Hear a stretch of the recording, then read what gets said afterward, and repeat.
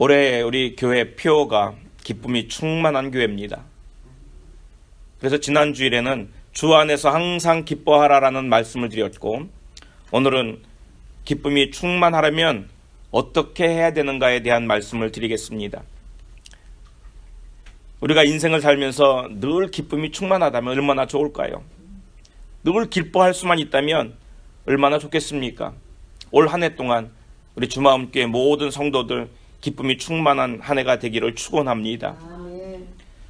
기뻐하며 또 즐거워하며 산다는 것 참 좋은 겁니다. 근데 기뻐한다, 즐거워한다, 그런 것 중에 하나가, 그런 것들을, 기쁨, 즐거움이라는 것들을 가만히 보면 다 똑같지가 않지요. 즐거움의 내용도 다르지만 그 기쁨의 내용도 다릅니다. 그 질이 달라요. 그래서 기쁨 그렇지만 다 똑같지는 않은 기쁨이죠. 거기에 각기마다 기쁨의 질이 다릅니다. 여러 가지가 있는데 그 중에 내가 기쁘다, 나 즐겁다 라고 말하는 것들 중에 하나가 뭐냐면 쾌락이라고 하는 거예요. 우리가 쾌락이라고 했을 때의 의미는 좋게 들립니까? 나쁘게 들립니까? 우리가 좋은 뜻으로 쾌락이란 말을 잘 사용하지 않아요. 그런데 이 쾌락이라고 하는 것도 기쁨의 한 종류라는 거죠. 이 사전적인 의미로는 감성의 만족이나 욕망의 충족에서 오는 유쾌한 감정이 쾌락이라는 거예요. 다른 말로 말한다면 자연적인 본성이 충족되었을 때 오는 마음의 즐거움, 그런 것들을 말하는 겁니다. 자연적인 그 본능이 충족되었을 때, 그러면 우리에게 있는 이 본능이 다 나쁜 것인가? 그런 얘기는 아닙니다. 자연적인 본능이라고 하는 것 자체가 나쁜 것이 아니에요. 그 본능이라는 것은 과도하지 않게 아주 정상적으로 사용되었을 때, 하나님 안에서 정상적으로 건강하게 누릴 때에는 참 좋은 거예요. 그런데 이 자연적인 본능이라는 것에는 함정이 있습니다. 자연적인 본능이라는 게 뭐가 있을까요? 가장 쉬운 거로 잠자고 싶은 욕구가 있지요. 그 잠자고 나면은 아주 좋은 거 있어요. 아주 몸도 개운해지고 그저 꼭 잠을 자야만 되죠. 근데 이것도 너무 과도하게 자면 안 되겠지만, 사람들이 누리는 것 중에 참 먹는 것만큼 즐거운 게 없는 것 같아요. 먹는 것도 이 본능적인 거 아닙니까? 배고프면 우리를 먹게 만들어요. 본능적인 거예요. 이게 또 즐거움에 속해요. 뿐만이 아니라 성적인 것도 마찬가지죠. 성적인 것도 하나님이 주신 아름다운 거예요. 그 본능적인 것이에요. 그것도 자연스럽게 누릴 수 있는 거죠. 뿐만이 아니에요. 우리가 그것뿐만이 아닌 다른 모든 것들, 오락적인 것들, 또 스포츠와 같은 것들, 이런 모든 것들을 즐기면서 내가 감정이 충족이 되었을 때 느끼는 그런 기쁨들, 그런 것들을 향해서 우리는 쾌락이라고 말합니다. 근데 조금 전에 말씀을 드렸지만, 이런 본능적인 것들을 내가 절제하지 못하고 즐겼을 때에, 누렸을 때에는 아주 또 엄청나게 달라지죠. 조금만 방심하면 죄성에 사로잡히게 되는 거예요. 이 죄에 사로잡히게 만드는 거예요. 우리의 삶을 파탄으로 끌고 가는 겁니다. 어느 선을 넘어서 버리면 이것은 이제는 그냥 즐거움이 아니에요. 어느 선을 딱 넘어서 버리면 이것은 우리가 아까 말한 쾌락을 쫓는 거예요. 그 중독된 쾌락이죠. 그래서 우리의 쾌락이라는 것도 하나의 즐거움이고 기쁨이라고 말을 할 수 있겠지만, 건전한 기쁨의 경고를 넘어서 버리는, 우리를 삶을 망가뜨려 버리는 그런 경우도 있다는 겁니다. 조금 전에 쾌락은 좀 안 좋게 우리가 표현을 했습니다만은, 그럼 이것보다 한 단계 더 높은 기쁨은 없을까? 그래서 우리는 이것보다 한 단계 더 높은 기쁨을 향해서 뭐라고 말하냐면 행복이다라고 말합니다. 행복이라고 하는 건요, 우리 삶에서 기쁨을 만족했을 때 오는 내 안에 흐뭇한 상태다, 이렇게 사전적으로 표현을 하고 있습니다. 내가 뭔가를 이뤘을 때 만족한데 내 마음이 아주 흐뭇해, 이런 것이 행복이다라고 얘기를 하고 있습니다. 사람은 행복하게 살고 싶어 하죠. 저는 그래서 행복이라는 단어를 쳐놓고 어떤 노래가 있는가 찾아봤더니 참 행복이라는 노래들 많이 있더라고요. 옛날 노래도 있고, 그 다음에 뭐 요즘에 뭐 아이돌 가수들이 부르는 노래도 있고 참 많이 있어요. 그만큼의 주제에 행복이 들어갔다는 거죠. 그렇게 한다는 얘기는 사람의 관심이 거기 있다는 거예요. 그래서 사람들한테 물어보면 어떻게 살고 싶습니까? 뭘 위해 삽니까? 물어보면 아우 행복하게 살아요. 행복한 가정을 꾸리고 싶어요. 다 그렇게 말하잖아요. 모든 사람들이 원하는 그것이 바로 행복이에요. 그래서 행복을 위해서 참 많은 노력을 하잖아요. 많은 애를 씁니다. 행복하고 싶어서. 근데 이 행복은 이렇게 뭔가 애쓰고 수고하고 그래서 쟁취하는 것이 아니라는 거예요. 쟁취해서 행복을 누릴 수 있다라고 말한다면 행복은 당연히 이 땅에서 우리가 얻을 수 있고 누릴 수 있는 거예요. 쟁취하면 되니까. 싸워서 그걸 뺏기도 하고. 근데 행복은 남의 것을 뺏어서 가질 수 있는 행복도 아닌 거고 내가 뭔가를 쟁취해서 얻을 수 있는 게 아니라는 겁니다. 행복이라고 하는 것은 무엇인가를 쟁취해서 오는 것이 아니라 내게 주어진 것들을 잘 누렸을 때 오는 감정인 거예요. 그게 큰 거기 때문에 작은 것이기 때문에가 아니라 내게 주어진 것을 내가 잘 누렸을 때 오는 나의 만족감, 그래서 내 마음속에 오는 흐뭇한 마음, 이런 것들이 행복이다라고 말할 수 있는 겁니다. 그래서 그런 행복은요, 가진 것이 많기 때문에 행복이 크고 가진 것이 적기 때문에 행복이 작다 이렇게 표현하지 않습니다. 가진 것이 많아도 그것을 누릴 줄 모르면 행복을 느낄 수가 없는 거예요. 비록 가진 건 적은데 그 적은 것을 잘 누려요. 그러면 그것이 마음에 행복한 거예요. 우리가 여러 가지를 얘기합니다만 뭐 간단하게 그러죠. 오랫동안 같이 모이지 못하다가 자녀들이 크면은 이제 함께 모이기가 쉽지 않지요. 잘 모이지 못하다가 오래간만에 자식들과 부모가 함께 모여서 외식을 하는 거예요. 아, 그때 마음이 얼마나 기쁩니까? 즐겁잖아요. 흐뭇한 거예요. 이 밥 내용이 무슨 고기 반찬이기 때문에 내가 기쁘다 이게 아니잖아요. 설령 이 반찬이 별거 없어도 아니 이것저것 아니라 정말 라면 한 그릇을 갖다 놓고 먹는다 할지라도 같이 둘러앉아서 먹을 때의 그 흐뭇한 기쁨, 고기 반찬 갖다 놓고 누가 더 먹을 것이냐, 누가 맛있는 부위를 뺏어 먹을 것이냐, 그런 마음이 아니잖아요. 만족스러운 흐뭇한 마음, 이게 우리는 행복이라고 말하는 거죠. 오래간만에 만난 정말 마음을 나눌 수 있는 친구와 찻집에 앉아서 차 한 잔을 나눌 때 정말 소소한 행복을 누리잖아요. 이건요, 가진 것, 내가 얻은 것, 쟁취한 것, 그거와는 전혀 무관한 거예요. 그래서 행복이라고 하는 것은 내가 가진 것과는 별개의 문제입니다. 그런데 문제는 뭐냐면 이렇게 우리가 원하고 바라고 좋다고 말하는 그 행복도 온전한 것은 아니더라는 거죠. 행복은요, 어느 때는 왔다가도 어느 때는 금세 사라져버려요. 조금 전에 같이 함께 나눠 먹어서 기쁘다, 즐겁다, 내가 오래간만에 너희들의 얼굴을 보니 마음이 흐뭇하구나, 그러다가도 조금 있으면 어이구 저걸 왜 놔가지고 그 마음이 생기지요. 친구들과 함께 한 잔을 나누면서 참 즐겁구나, 이런 행복을 내가 느끼고 있다고, 이렇게 오후를 내가 즐겁게 시간을 보내고 있다고 행복감을 느꼈다가도 그 친구가 미워가지고 그 친구 때문에 이를 갈고 그러는 경우도 있잖아요. 왜 그럽니까? 상황이 바뀐 거죠. 상황이 바뀐 거예요. 상황이 바뀌고 나니까 이 행복도 바뀌어더라는 거예요. 결국은 상황에 따라서 행복이 있기도 하고 없기도 하고 이렇게 되는 거 아니겠어요? 그래서 이 행복은 영원한 것이 아니었구나. 우리가 바랬던 행복, 좋다고 여기는 그런 것들조차도 사실은 영원하지 못하고 온전하지 못한 행복이었구나라는 것을 깨달을 수가 있지요. 사람에 따라서 내가 만나는 사람을 달리 만나면 기쁨이 오자, 어느 때는 그렇지 못하기도 하잖아요. 또는 어떤 환경에 처했을 때 즐겁기도 하고 그렇지 못한 환경에서는 또 그렇지 못하는 다른 감정이 생기기도 합니다. 조건에 따라서 바뀌는 것, 그것이 온전한 것이라 말할 수가 없다는 겁니다. 그래서 성경에서 말하는 참 기쁨이다 라고 말하는 것은요, 사람을 누구를 만났기 때문에 기쁘다, 즐겁다 이런 얘기가 아니에요. 어떤 사건을 통해서 얻어지는 것, 그런 걸 얘기하지 않습니다. 그래서 성경에서 말하는 기쁨은 모든 환경을 초월하여 얻을 수 있는 기쁨을 말해요. 그게 바로 참 기쁨이다 이렇게 말하고 있습니다.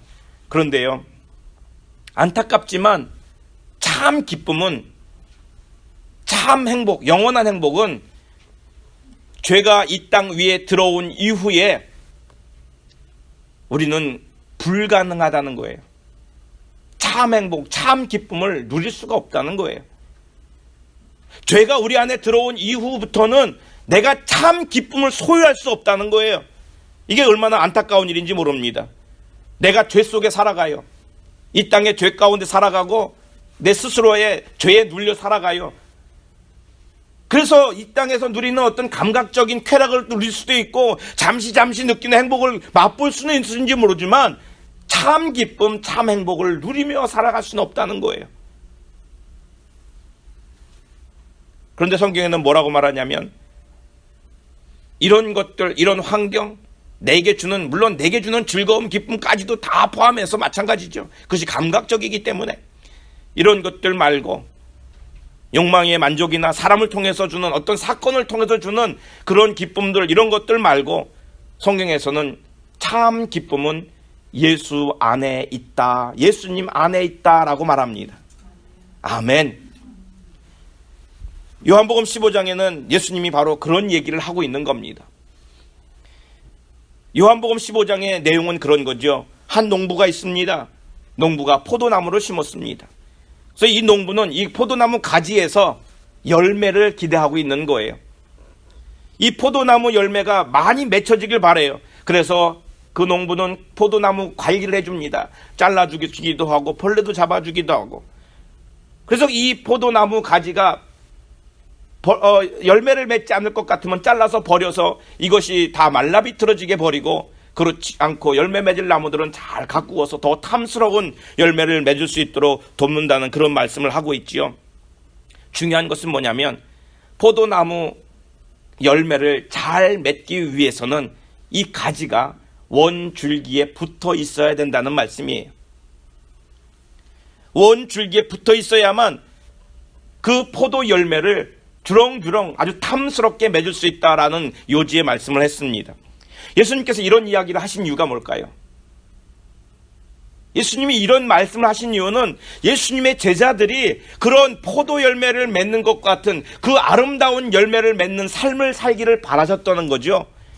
지금 제자들에게 하신 말씀이에요. 너희가 이런 삶을 살길 바래.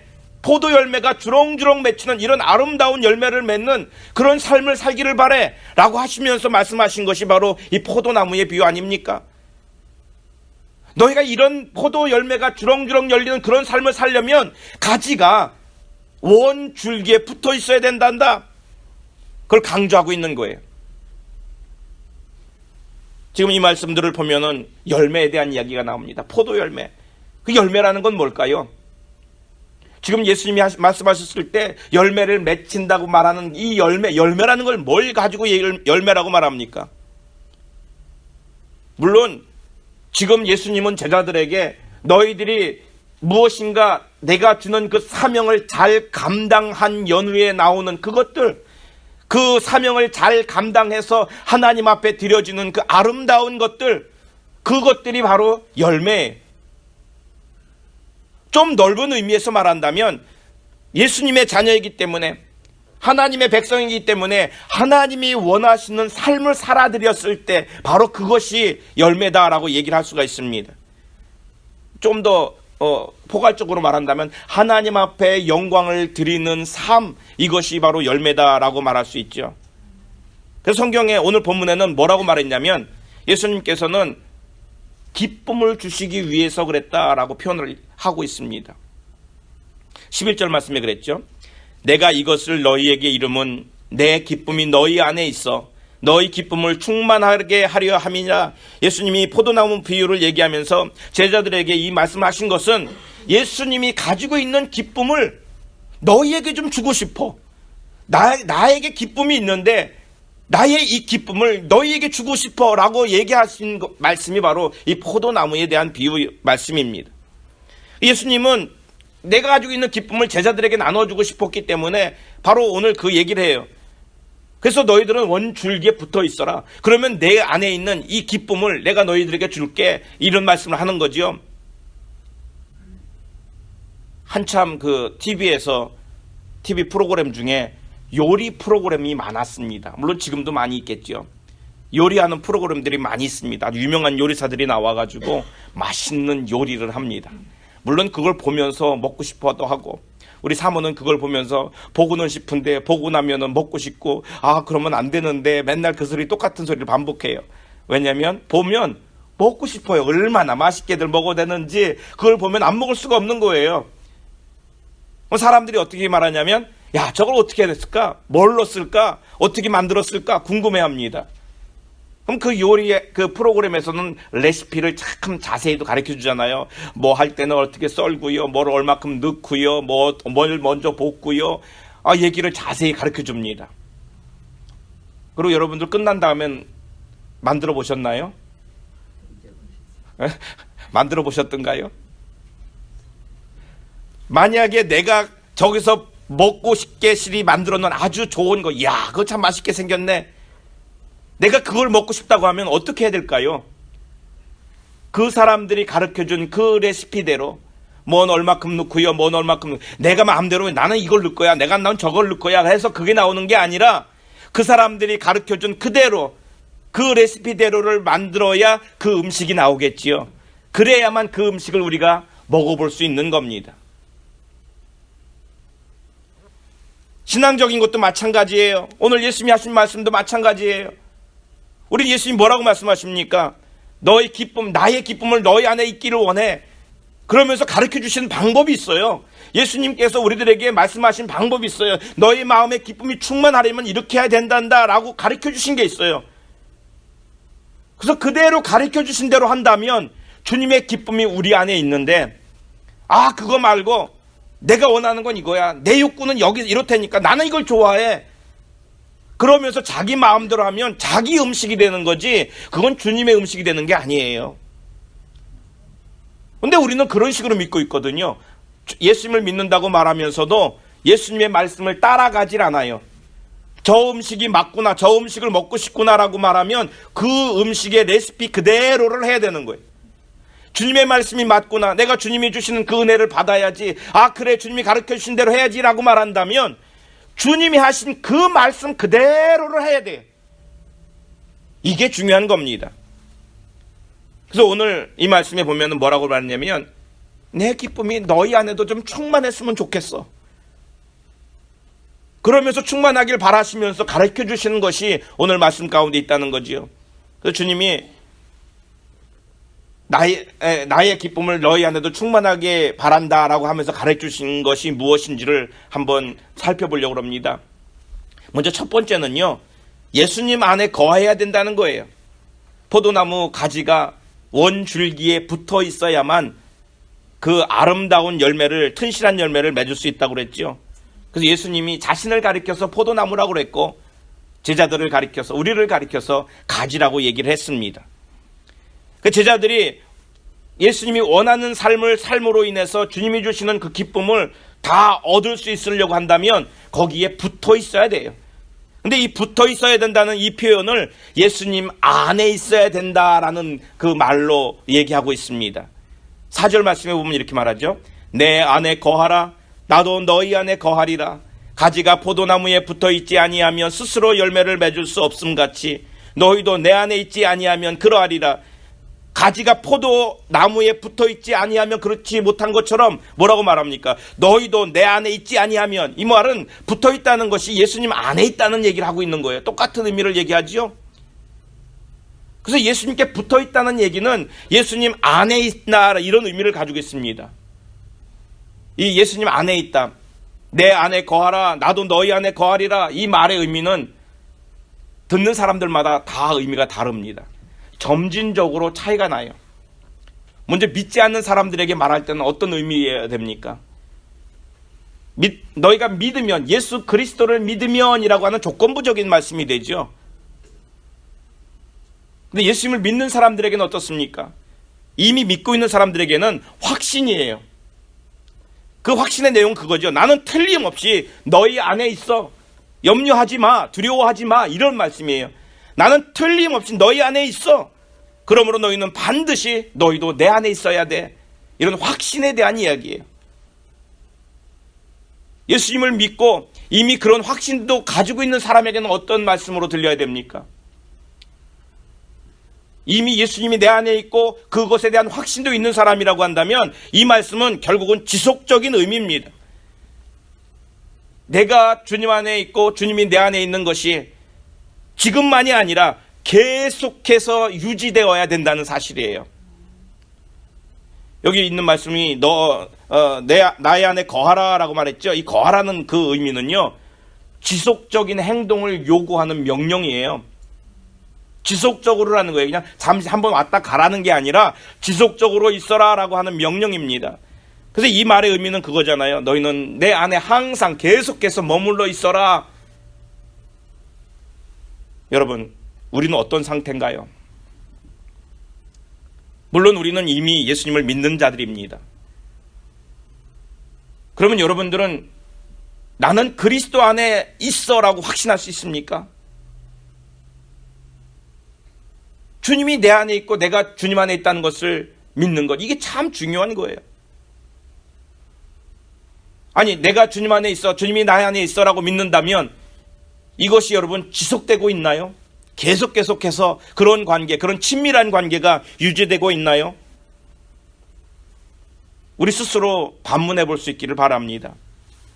오늘 말씀에 보면은 3절 말씀에 예수님은 제자들에게 말씀하셨는데 제자들에게 뭐라고 그랬냐면 이미 너희는 깨끗해졌다라고 말했죠. 이미 깨끗해졌어요. 우리는 이미 깨끗해진 자들입니다. 이미 깨끗해진 자들은 예수님 안에 있어요. 거듭났기 때문에 우리는 이미 예수님 안에 있어요. 그래서 예수님과 영적으로 연합되었다라는 말을 표현하죠.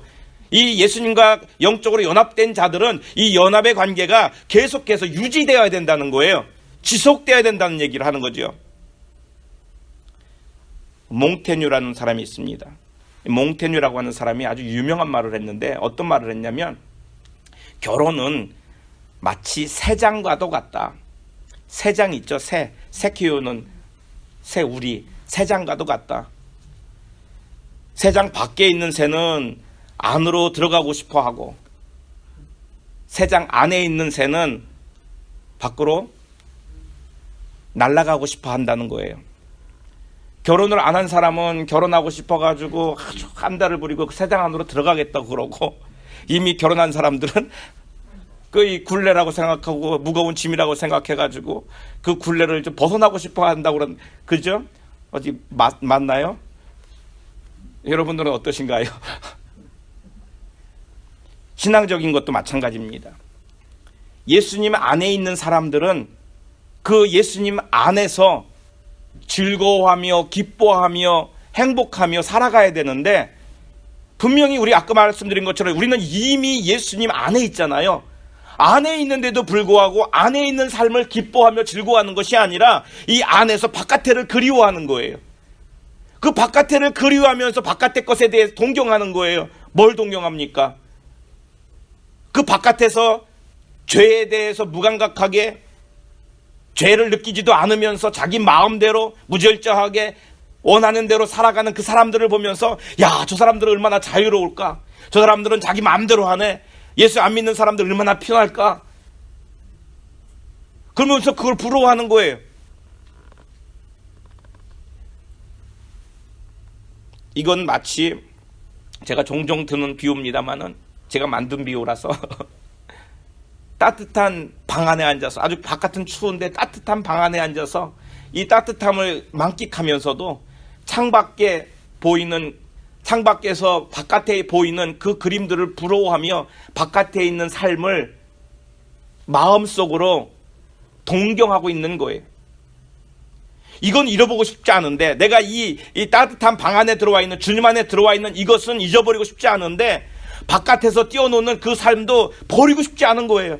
그래서 이 안에서 유리창 바깥을 바라보면서 그것을 늘 그리워하는 거예요. 이스라엘 민족이 애굽에서 나왔습니다. 애굽에서 나올 때 얼마나 기뻐했는지 몰라요. 그들은 분명히 압니다. 아, 이것이 바로 구원이야. 그래, 우리는 하나님의 백성이야. 우리는 하나님의 뜻을 따라 하나님의 자녀로서 우리는 이렇게 하나님의 한 민족을 이루고 살아가야 돼. 그들도 알지요. 그런데 닥쳐오는 환경이 힘들잖아요. 힘드니까 뭐라고 얘기합니까? 우리를 왜 애굽에서 구해내냈냐고. 차라리 우리를 거기다 내버려 두지. 거기서는 먹을 것도 얼마나 많고 기름진 것으로 우리가 풍족하게 살았는데, 그렇다고 그들이 구원받은 거 싫어하는 건 아니거든요. 이게 참 우리의 못난 모습이에요. 이중적인 모습입니다. 그러나 분명한 건 뭐냐면 주님 안에 있는 것이 은혜예요. 주님 안에 있는 것이 축복입니다. 기쁨이 충만함을 누리려고 한다면 또 한 가지는 주님의 사랑 안에 거해야 된다라고 말씀하고 있습니다. 주님 안에 거한다는 말은 주님의 사랑 안에 거한다는 말이라고 합니다. 9절 말씀에 그랬잖아요. 아버지께서 나를 사랑하신 것 같이 나도 너희를 사랑하였으니 나의 사랑 안에 거하라. 하나님은요, 예수님을 사랑하셨습니다. 마태복음 3장에 보면 그런 말씀이 있죠. 하늘로서 소리가 있어 말씀하시되 이는 내 사랑하는 아들이요 내 기뻐하는 자라. 내 사랑하는 아들이요 내 기뻐하는 자라. 예수님을 향해서 하신 말씀이죠. 이렇게 하나님의 사랑을 받는 예수님은 뭐라고 말씀하시냐면 우리를 향하여 나는 너희를 사랑한단다 라고 얘기하세요. 말씀에 그랬죠. 나도 너희를 사랑하였으니. 9절 말씀에 그랬잖아요. 나도 너희를 사랑하였으니. 그 주님이 나도 너희를 사랑한단다. 주님은 창조주세요. 근데 그 창조주신 주님이 우리를 죄악 가운데서 구원하시기 위해서 그냥 죄악 속에서는 형벌과 죄악 속에서는 사망만 있기 때문에 그 자체가 불쌍해서 긍휼히 여기셔서 그것을 구원하시기 위해서 이 땅에 오셨지요. 전에 요한복음 3장 16절에 대한 말씀을 드렸을 때 하나님께서 우리를 사랑하시는데 가장 그 사랑의 큰 표현, 그것이 바로 예수님을 우리에게 보내주신 것이라고 그랬죠. 하나님께서 우리들을 극진히 사랑하시기 때문에 세상에 예수 그리스도를 보내주셨어요. 근데 그 예수님이 하나님의 사랑을 받는 분이시고 또한 우리를 너무 사랑하시는 분이기 때문에 하나님이 보내신 그 목적을 이루시기 위해서 이 땅에 오셔서 자기 자신을 버리고 십자가에서 죽으시지요.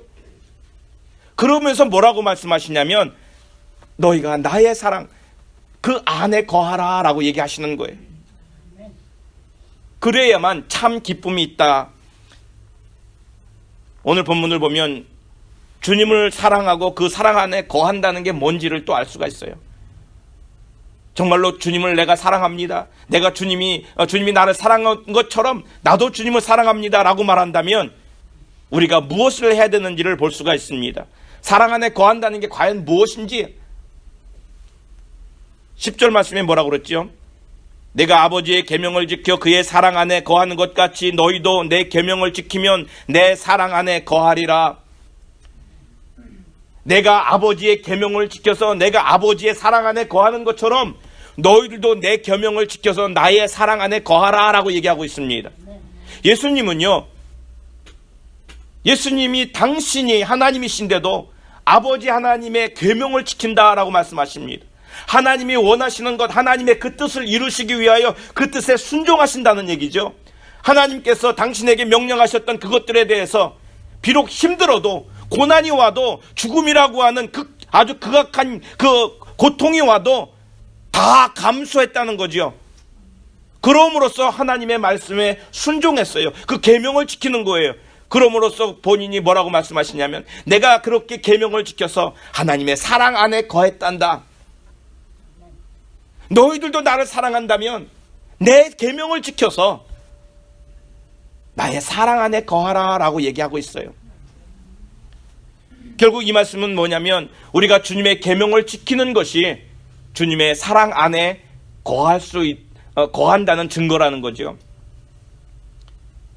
우리는 말로는 참 쉽게 하지만 주님의 사랑 안에 거한다, 주님을 사랑한다. 그런데 과연 그것이 어떻게 표현되는지 몰랐어요. 근데 오늘 말씀을 보니까 뭐라고 말했냐면 너희가 나의 사랑 안에 거해야 돼. 이 사랑 안에 거하는 자는 내 계명을 지키는 자야 돼. 주님의 계명을 지키는 자라고 말합니다. 행복하길 바라는 사람은요, 그 기쁨을 얻기 위해서, 그 행복을 얻기 위해서 참 많은 것을 투자하잖아요. 그죠? 만약에 어떤 사람이 돈을 얻음으로써 기쁨을 얻을 수 있다고 생각을 하면 이 돈 하나를 얻기 위해서 얼마나 많은 노력을 합니까? 자존심도 그냥 다 팽개치고 시간도 거기 투자하고 열정도 투자하고 그래서 그 돈을 얻는 거예요. 그러면서 기쁨을 느껴요. 먹는 것, 어떤 쾌락을 추구하는 사람은요, 그 먹는 거 하나 때문에 얼마나 애를 쓰는지 몰라요. 그냥 자기가 만들어 먹을 때도 그냥 좋은 거 요리하기 위해서 참 열심히 하잖아요.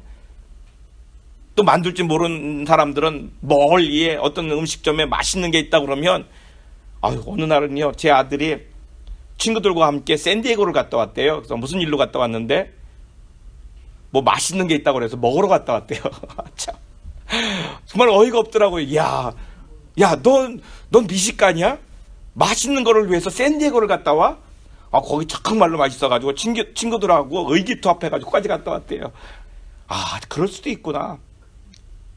사람이 먹는 즐거움을 얻기 위해서 시간도 버려, 돈도 버려, 그래가지고 거기까지 쫓아가서 먹고 오더라고요. 그렇게 투자해도 그것이 아깝지 않다는 거예요. 뭘 얻기 위해서? 그 즐거움, 그 기쁨, 그 쾌락을 얻고 싶어서죠.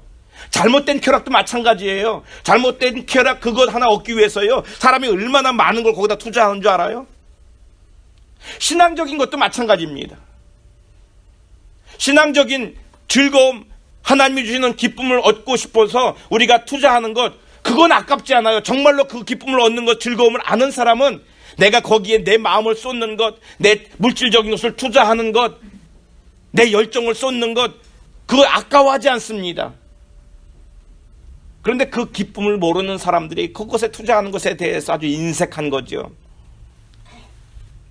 주님을 사랑하는 사람들은요, 주의 명령을, 주의 계명을 지키고 수행할 때 즐거움을 느낍니다. 내가 정말로 주님을 사랑하는가 안 사랑하는가를 보면, 내가 하나님의 말씀을 지킬 때 비록 힘은 들지만, 비록 원하지 않는 부분도 있는데도 불구하고 내가 그 말씀을 굳이 순종하고 지켰을 때 내 마음에 즐겁잖아요. 기쁘잖아요. 그러면 내가 주님을 사랑하고 있구나 할 수가 있는 거예요. 그러나 주님의 일하고 한다고 하지만은 주님의 일하는 그 속에서도 즐거움과 기쁨을 못 느끼잖아요. 그건요, 주님이 주는 기쁨으로 일하는 거 아니에요. 자기의 열정으로, 자기의 목적이 따로 있기 때문에 주의 주는 기쁨을 깨닫지 못하고 있는 사람이에요.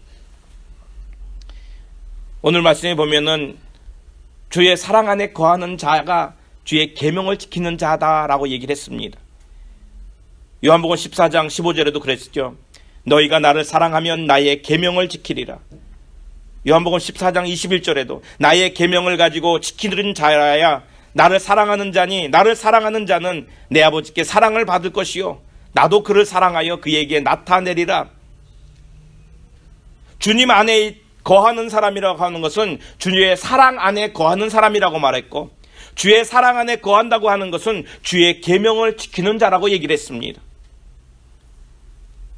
그래서 주의 계명을 지키는 자가 결국 주의 말씀을 따르는 자, 주님의 말씀에 순종하는 자, 사명을 감당하는 자, 그런 자인데, 그런 자가 그런 사람의 가장 첫 번째 되는 중요한 예를 예수님이 드셨어요. 정말로 계명을 지킨다는 것이 뭔지 그 중에 가장 중요한 첫 번째 예를 하나 드셨는데 뭐라고 말씀하십니까?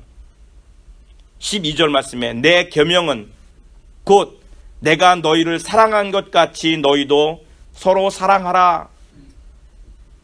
계명을 지키는 것이 주님을 사랑하는 것이라고 말씀하시고, 그 계명을 지키는 것, 그 계명을 지키는 건 제 말씀에 순종하는 것이죠. 그 주의 주신 사명을 감당하는 거예요.